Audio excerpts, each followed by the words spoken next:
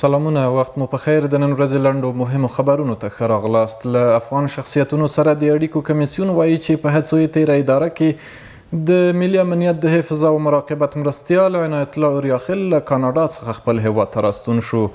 د یاد کمیسیون په وینا د تیرې ادارې پر مهال په ولسي جرګه کې د بلخ ولایت استازی سید ظاهر مسرور هم تازه له ایران څخه هیواد ته راستون شوی دی.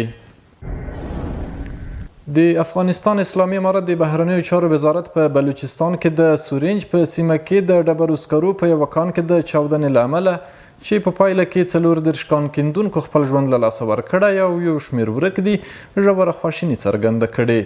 د افغانستان اسلامي امارت د بهرنیو چارو وزارت د یادې پیښې قربانیانو ته د مغفرت دعا، کورنیو او خپلوانو ته د جمیل صبر غوښتنه کړې ده. عامې روغتیا وزارت وایي چې ازبکستان د بلخ ولایت ابو علي سینا بلخي سیمهیز روغتون سره د 200,000 امریکایي ډالرو په ارزښت د طبي او غیر طبي تجهیزاتو مرسته وکړه. دغه مرسته د یاد هیواد د فرغاني ولایت له لوري شوې چې پکې د بستر ناروغانو بیډونه، ویلچرونه، ایسي، یخجالونه او یو شمېر نور اړین طبي او غیر طبي وسایل شامل دي. همدارنګه د میدان وردګ ولایت مرکز میدان ښار سلمان فارس علي لیسه کې د 8 ولایتونو څخه د 38 لوبډلو ترمنځ د والیبال سیالۍ د حاجي عبدالوهاب لوبډلې په بریا پای ته ورسېدې. د دې سیالیو لومړي مقام ته 40، دوهم مقام ته 60 او دریم مقام ته 1000 افغانۍ نغدي ډالۍ ورکړل شوې.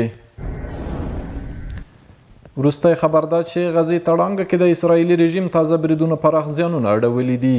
الجزیرې راپور ورکړی چې د غزې تړانګې د دیرالبلح ښار کې د الاقصی روغتون لویدیځ لوري ته پر یوې ودانۍ د اسرائیلي رژیم د هوایي برید له امله پراخ زیانونه اوښتي او دغه راز سیمه کې شاوخوا د بې ځایه شویو فلسطینیانو د استوګنې خیمو ته هم زیان رسېدلی دی.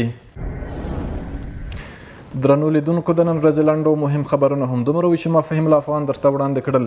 تر بیا ښې چارې، ښه وخت.